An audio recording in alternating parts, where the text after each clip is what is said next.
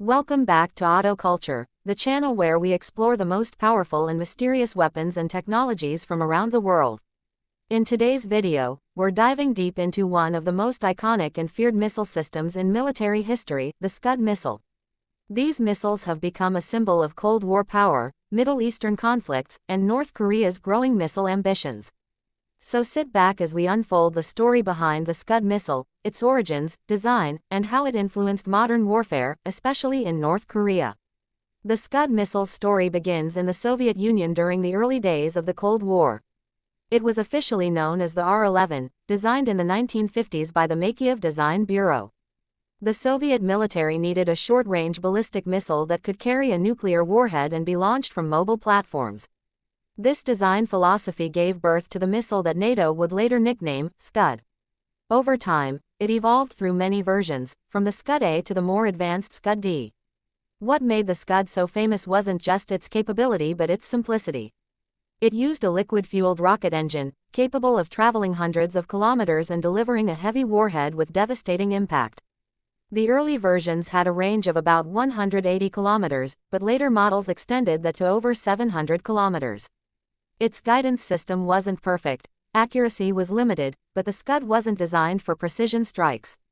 It was designed for shock and fear, to hit enemy cities, airfields, and infrastructure with overwhelming explosive force. The mobility of the Scud missile system made it even more dangerous. Mounted on large trucks known as transporter erector launchers, or TELs, it could be moved, hidden, and fired from almost anywhere. This made tracking and destroying them extremely difficult. During the Cold War, the Soviets exported thousands of Scuds to their allies, making it one of the most widely used ballistic missiles in the world.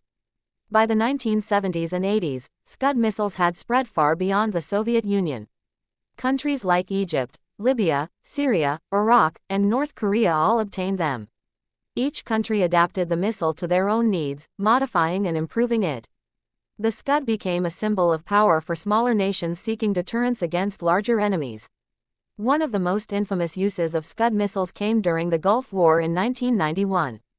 Iraq, under Saddam Hussein, launched dozens of Scuds at Israel and Saudi Arabia. These attacks caused panic and international tension, showing the psychological power of the missile. Even though many of them were intercepted or missed their targets, the fear they generated was enormous. The Scud had once again proven its impact went beyond the battlefield. Now, let's focus on North Korea, a nation that took the Scud design and turned it into the foundation of its missile program. In the late 1970s and early 1980s, North Korea acquired Scud B missiles from Egypt. Engineers and scientists in Pyongyang studied every detail of the weapon and began reverse engineering it. The result was the Hwasong-5, North Korea's first domestically produced ballistic missile. This was a major milestone for North Korea.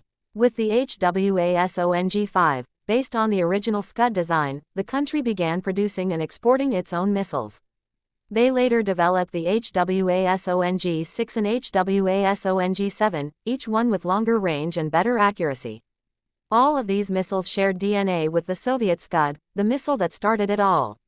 North Korea's development of the Scud-type missiles gave them not just a defensive tool but a bargaining chip on the world stage.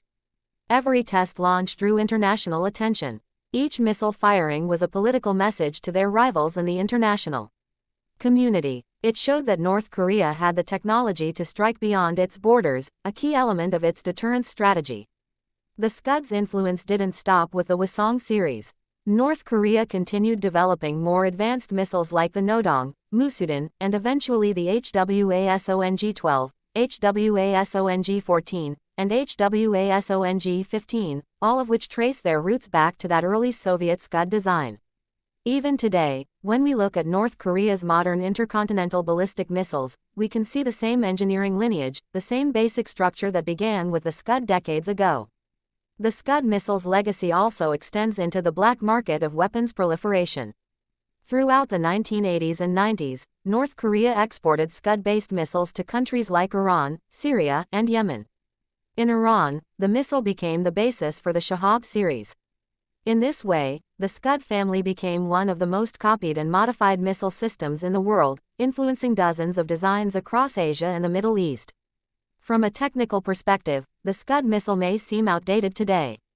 It lacks the precision and sophistication of modern ballistic missiles, but its simplicity and ruggedness make it ideal for nations developing their first missile capability. Its liquid-fueled engine can be built with limited industrial capacity, and its design is well documented, making it a perfect starting point for emerging military powers. When we talk about the Scud, we're not just talking about a missile. We're talking about a symbol, a weapon that changed the course of military history. It brought ballistic warfare from the hands of superpowers to smaller nations. It reshaped the balance of power during the Cold War and beyond. And it continues to influence global security today. For North Korea, the Scud was more than a weapon, it was a gateway to independence in defense technology. It allowed the country to break free from dependence on foreign suppliers and build a missile industry that is now capable of producing intercontinental ballistic missiles. Every successful launch we see today from North Korea's Hwasong series can be traced back to those early Scud-B blueprints. Even after more than half a century, the Scud remains relevant. Many nations still have them in storage or use upgraded variants. Its presence in military parades or missile tests continues to remind the world of its enduring impact. The Scud is proof that a simple design, when combined with strategic intent, can change the balance of power for generations. So the next time you hear about a missile test in North Korea, or see the familiar shape of a short-range ballistic missile on a launcher, remember that its story began in the Soviet Union, spread through the Middle East, and found new life on the Korean peninsula. The Scud's journey is the story of how technology travels, evolves, and shapes global history. That's all for today's video on the legendary Scud missile.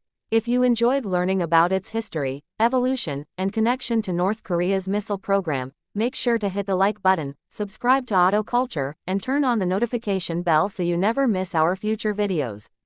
We'll continue to bring you deep dives into the world's most powerful and secretive military technologies. Thanks for watching Auto Culture, where we uncover the machines that define nations and shape history. Stay tuned, stay curious, and I'll see you in the next video.